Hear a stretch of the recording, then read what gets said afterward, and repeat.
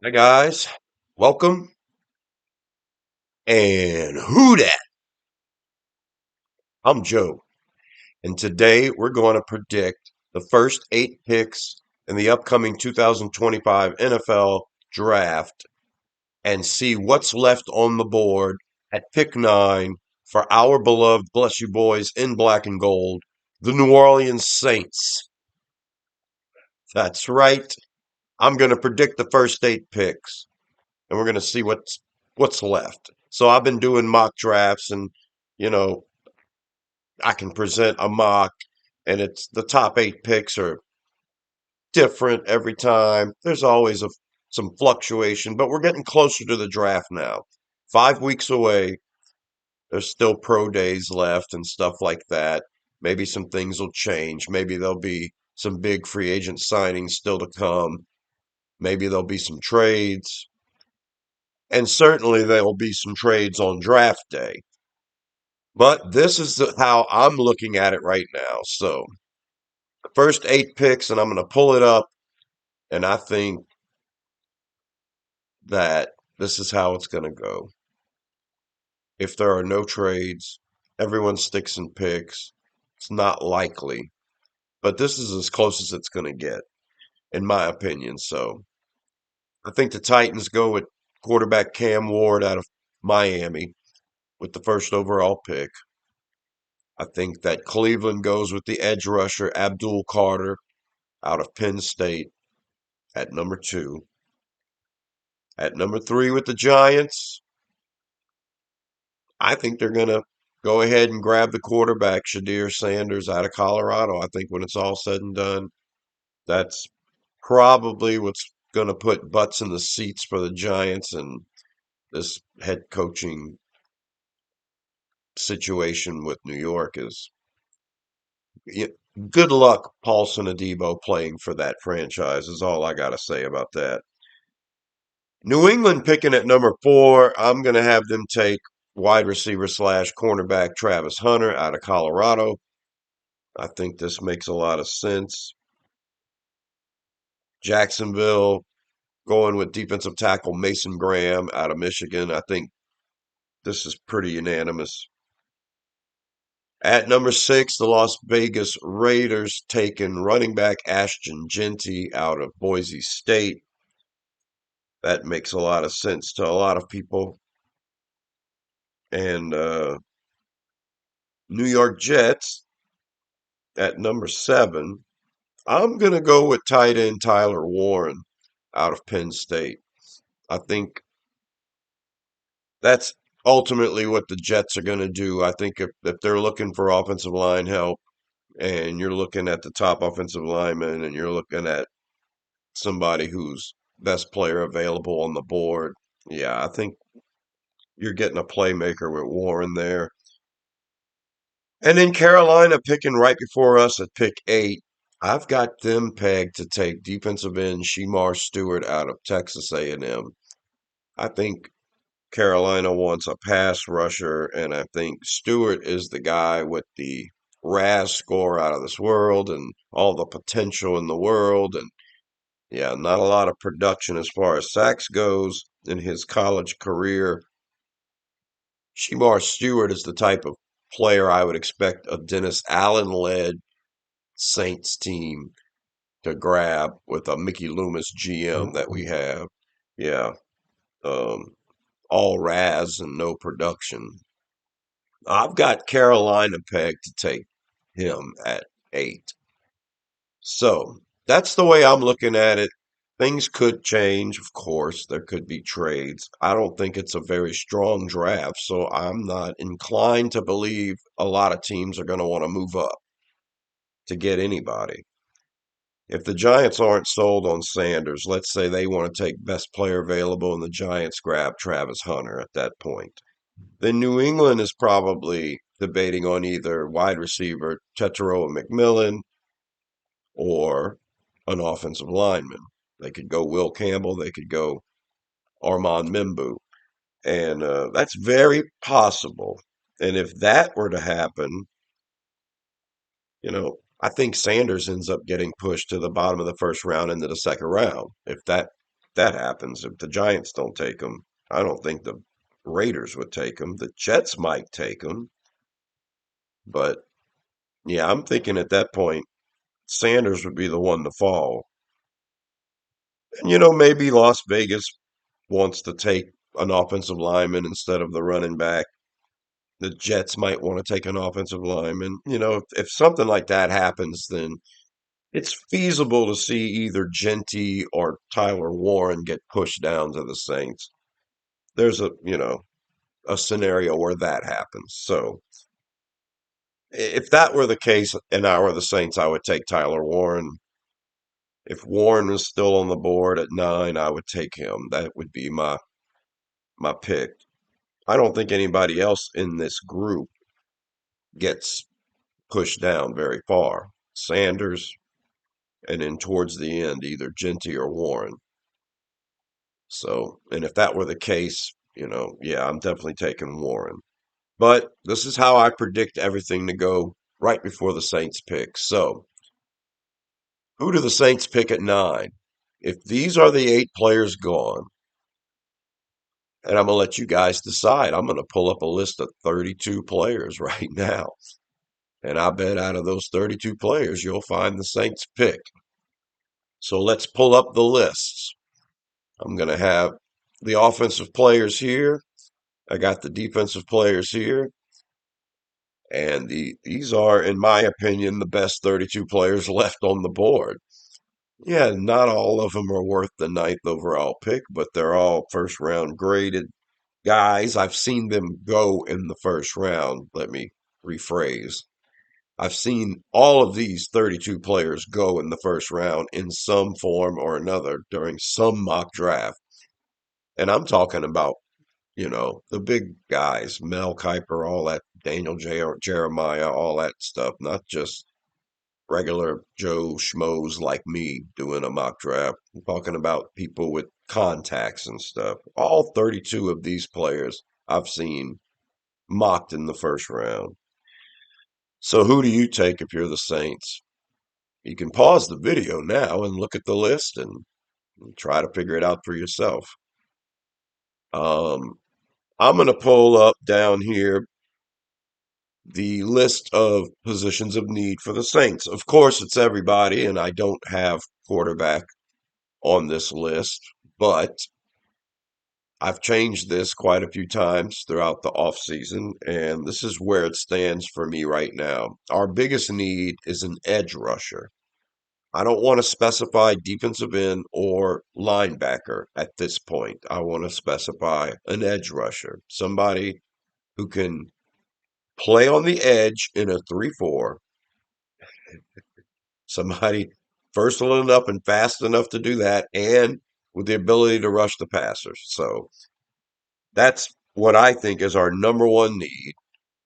And right there with it, of course, offensive guard, because we need a starting left guard. And there's no doubt about it. Now, everyone says you don't take a guard with the ninth overall pick. He would have to be, I think I heard Nick Underhill say this in his last video, you would have to be one of the greatest guards of all time, a Hall of Famer, to be taken with the ninth overall pick. And then later he added the caveat that if you take a guard at 9 and he ends up a 10-year starter for you and he's a really good guy, a really good veteran, then maybe 8, 10 years down the road, you forget all about that you spent an eighth or ninth overall pick on him. Yeah, that caveat needed to be added because yeah, if you draft any player you draft in the first round, if he turns out to be a 10-year starter for your team and he's good enough to start every damn game, then yeah, I think you did okay. I think about all the bust this team's had recently in the first round, where we've drafted guys in the first round couldn't even see the field. So yeah, I'm not sold on the guy's got to be a Hall of Famer at pick 9. If he can get on the field and start, especially right out of the gate, and he contributes, Chris Olave to me is not a perennial Hall of Famer. We picked him pretty high. Was it 12th overall? Like he's a high end number 2 wide receiver. So yeah, give me a starter at pick 9, someone that's going to be good enough to stay on the field, beat everybody else out that tries to take that position from you. That's what you want. You don't want to draft a guard at pick 9 and then have some undrafted guy take his job. But anyway, cornerback to me is next on the list. I think, yeah, you need to be 4 deep at cornerback. Wide receiver, of course, huge need, and it's the body type. We need a big guy that can be the X receiver. We all know this. And I've got safety as the last position on this top tier because, yeah, we need safeties. We've got a new starter now in Justin Reed next to Tyron Matthew, he's still doing really well. So you got your 2 starters. Somebody gets hurt, and all of a sudden you're rolling out J.T. Gray or Jordan Howden, a 5th round guy. So, and then I think with all the dime packages that the teams are forced to play in this day and age, that yeah, a 3rd safety would be pretty good. The heir apparent to Tyron Matthew at the very least. So safety is important to me. All right, the second level, I will specify defensive end. I think that we've got some players on the edge right now that we're going to hope work out. And when I think of a 3-4 defensive end, I'm thinking about a defensive lineman that's going to be close to 300 pounds. It's going to play defensive end. He's going to be in the middle against the offensive line. It's not going to be an edge guy trying to rush. It's going to be who's going to be next to that big nose tackle. Right now, it looks like it's going to be Brian Bresee and Cam Jordan.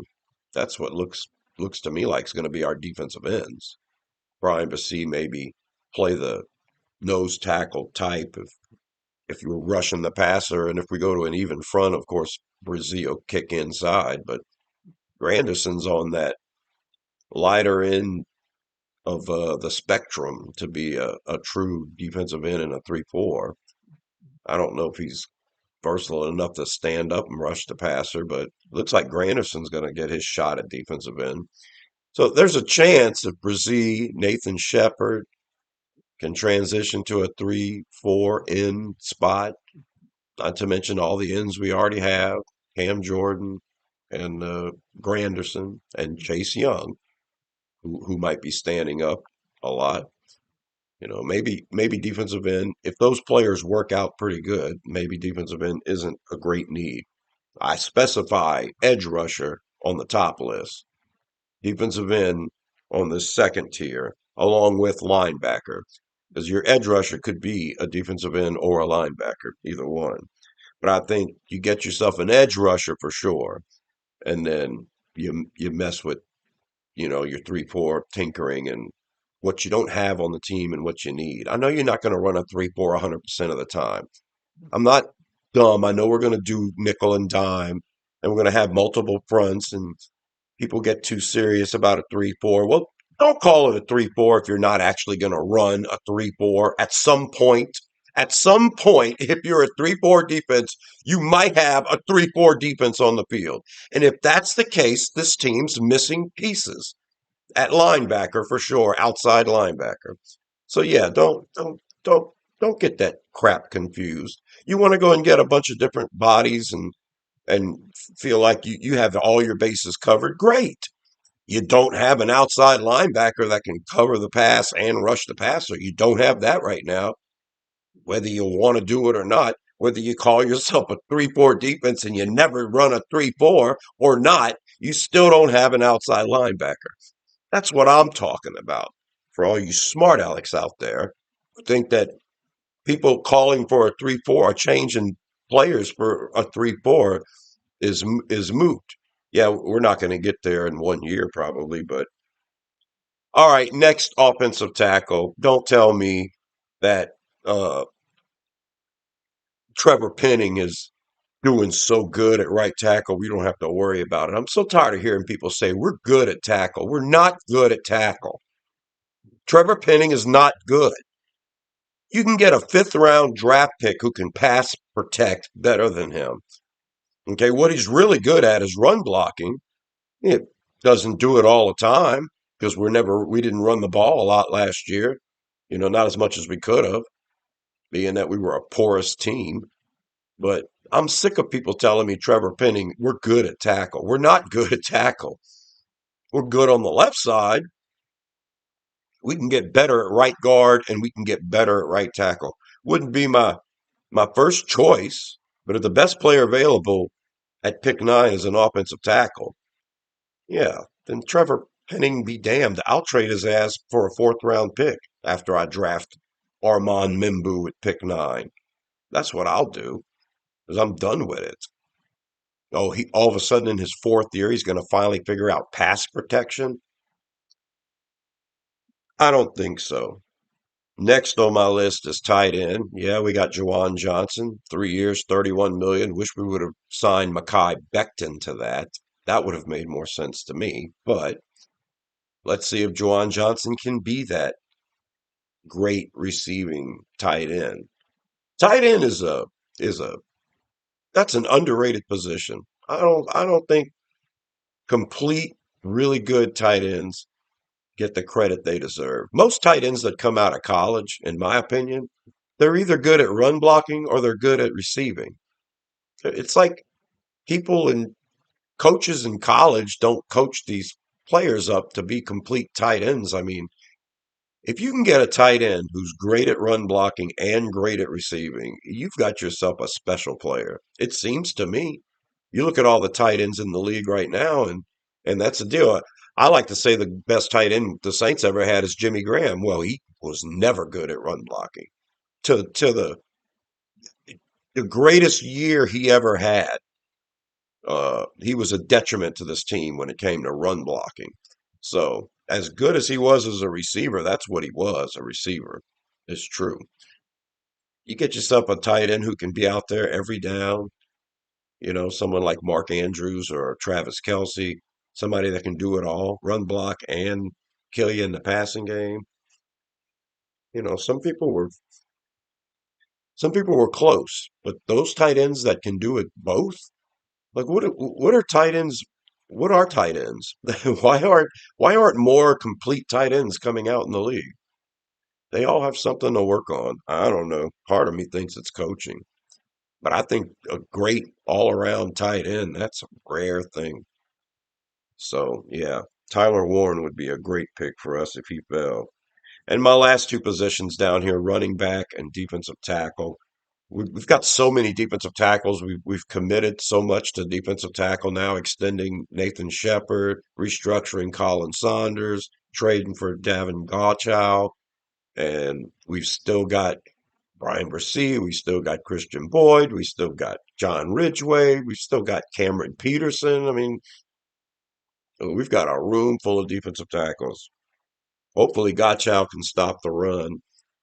And if we do draft a defensive tackle, he'll probably be asked to play defensive end and running downs and stuff, and of course running back. I think we need another running back. I think we need a good solid piece as a backup. I'm looking at the fourth round. A running back in the fourth round would do this team well. Those are all the needs, and I've had these players up. You've had a chance to look at it. I don't know.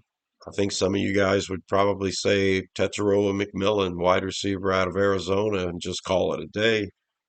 That would be a great pick for the Saints.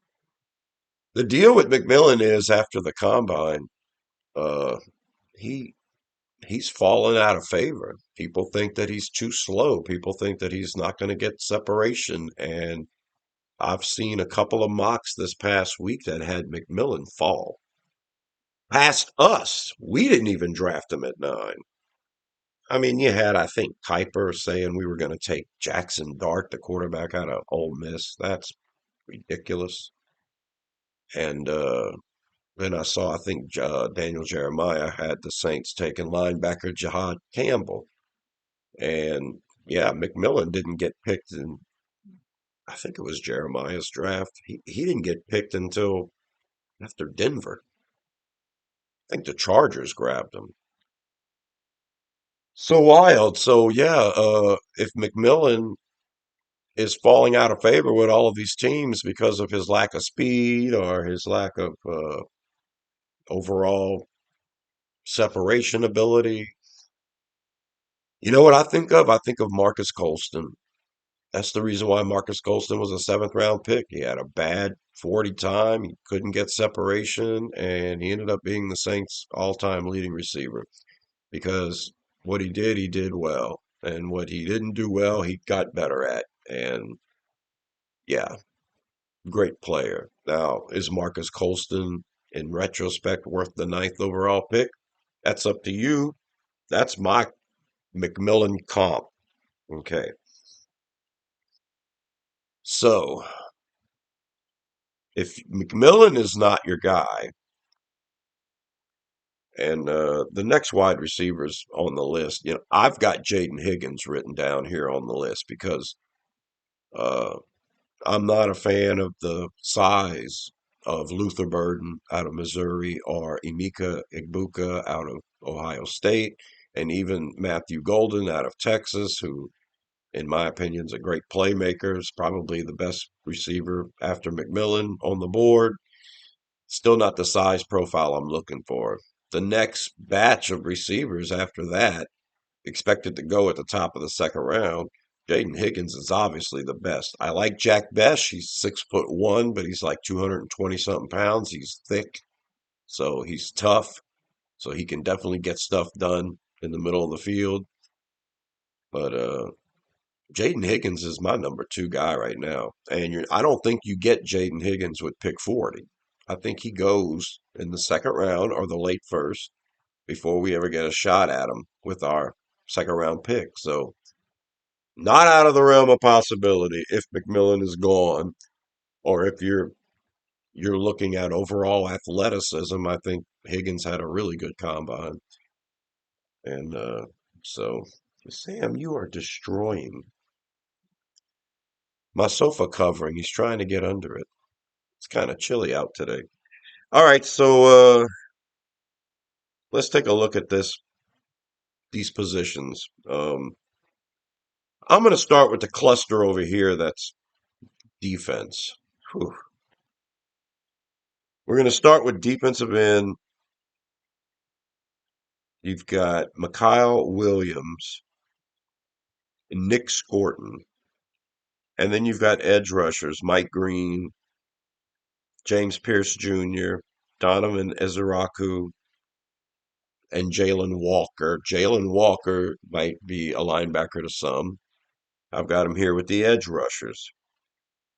Uh, it's a good group. All of these guys expected to go in the first round, and different types for whatever you want. My issue is any of those one players, you know, worth the ninth overall pick over everybody else that's up here right now? I mean, I don't know. People seem to really love Mikhail Williams. I'm not sold on his ability to get after the passer.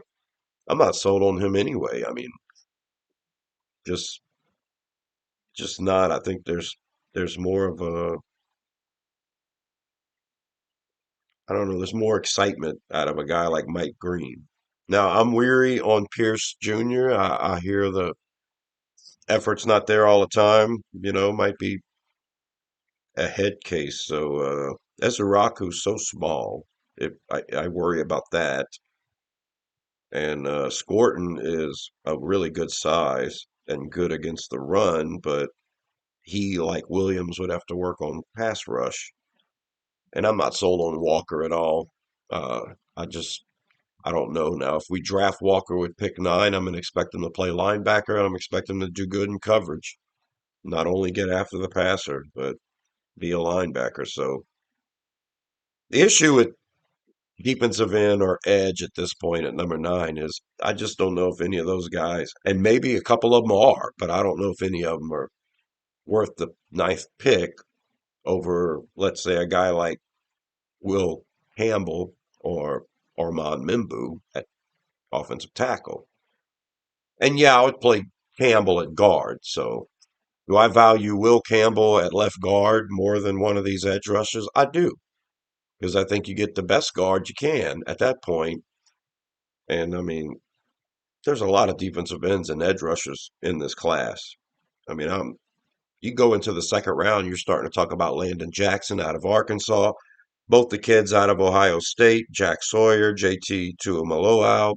You got Princely Umanmielen out of Ole Miss, Braden Swinson out of LSU, and then you start to dip into the third round. Josiah Stewart out of Michigan.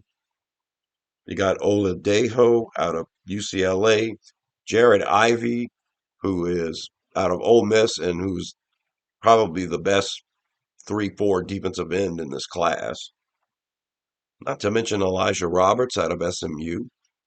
Yeah, he might not go to the third or fourth round. Ivy and Roberts might not go into the fourth round, but they're the best 3-4 defensive ends in the draft class, in my opinion.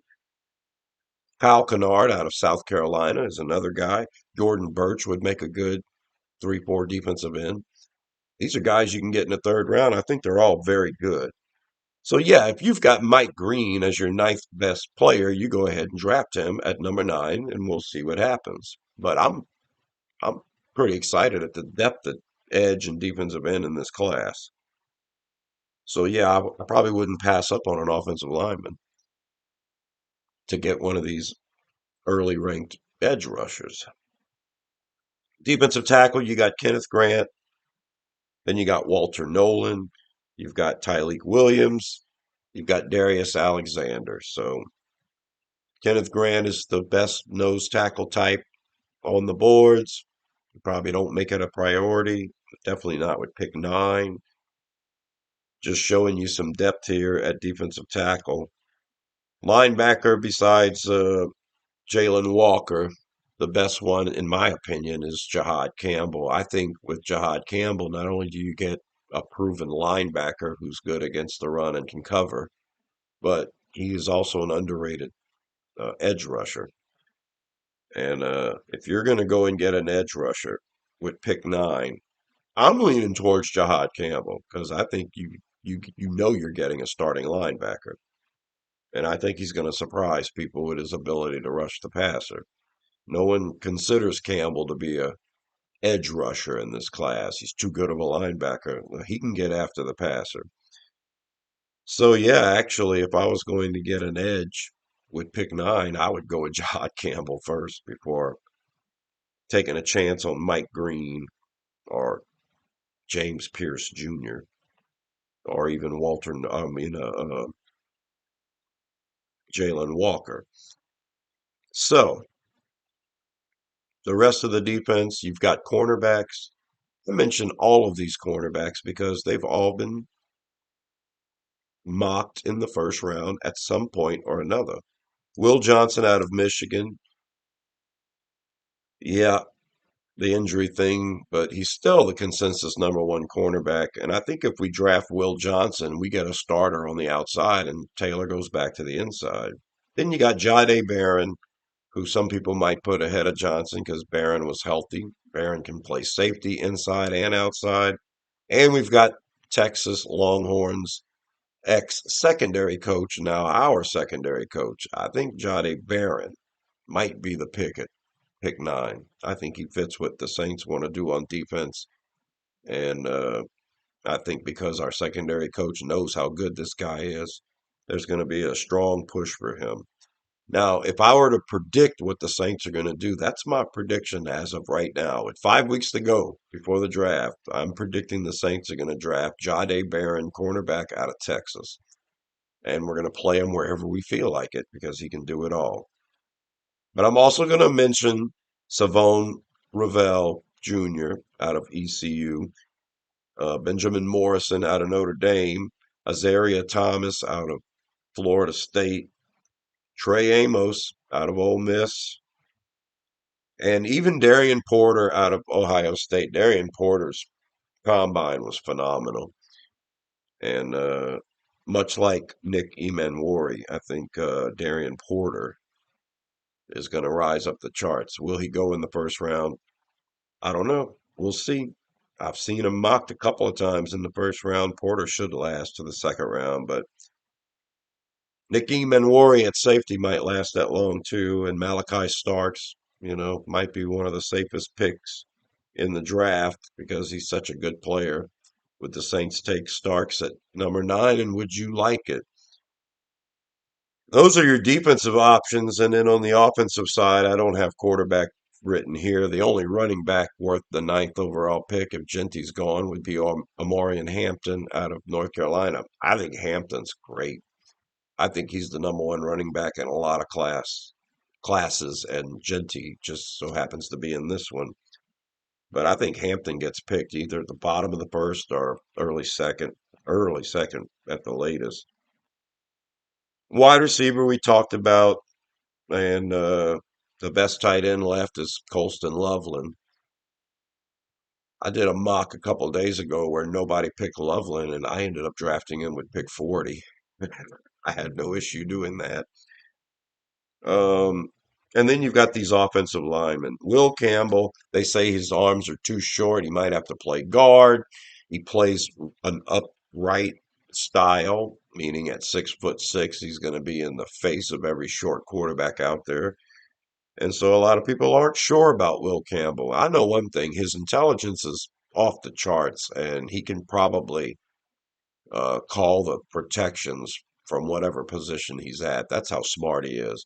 So if he can just play a little lower, if he can, minimize the fact that he's not long, he can work his way around that. He's done a pretty good job in college. So with that intelligence, it's just he's really tempting. Armand Mimbu looks like a great player to me.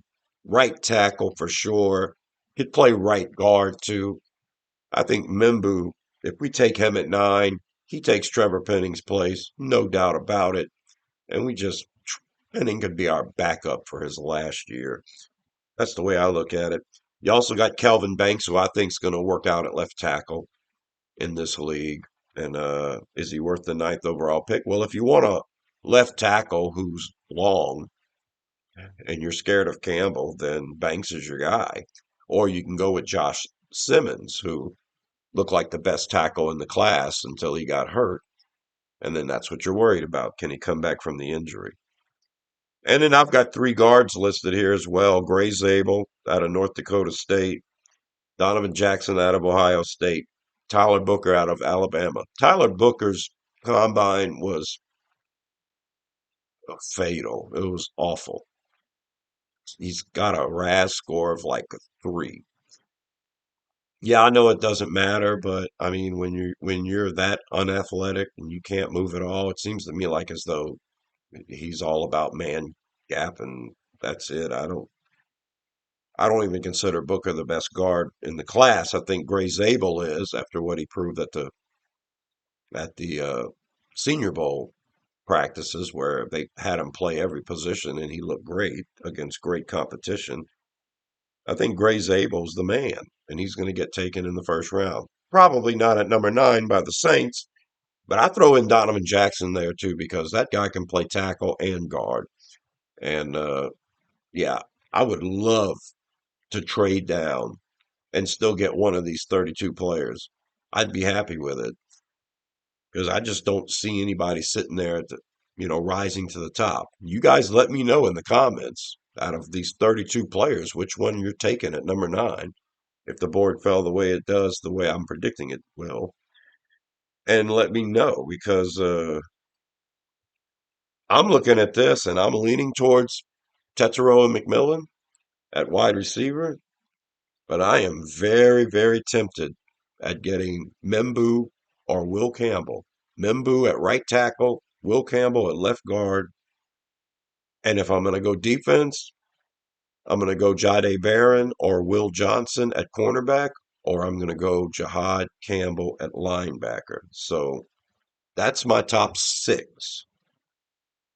Wide receiver McMillan, cornerback Jahdae Barron,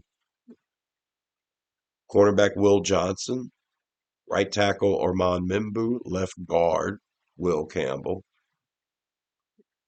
Yeah, linebacker Jahad Campbell. That's the 6 that I'm picking. That's the 6 I'm leaning towards. If these are the players available, that's where I'm going, I'd have to have that conversation. Is there a worry with the Saints and Tetsuroa and McMillan at wide receiver? Is there a worry there? Much like all of the, the big broadcasters are saying, McMillan's falling. The Saints don't even take him. Yeah, man, Armand Membu's looking real good to me right now. I know it's not sexy, but neither is Trevor Penning. So let me know what you would do in the comments. Like the video. My name's Joe. Subscribe to Rosenfield 10 for more videos about our beloved Bless You Boys in black and gold, the New Orleans Saints.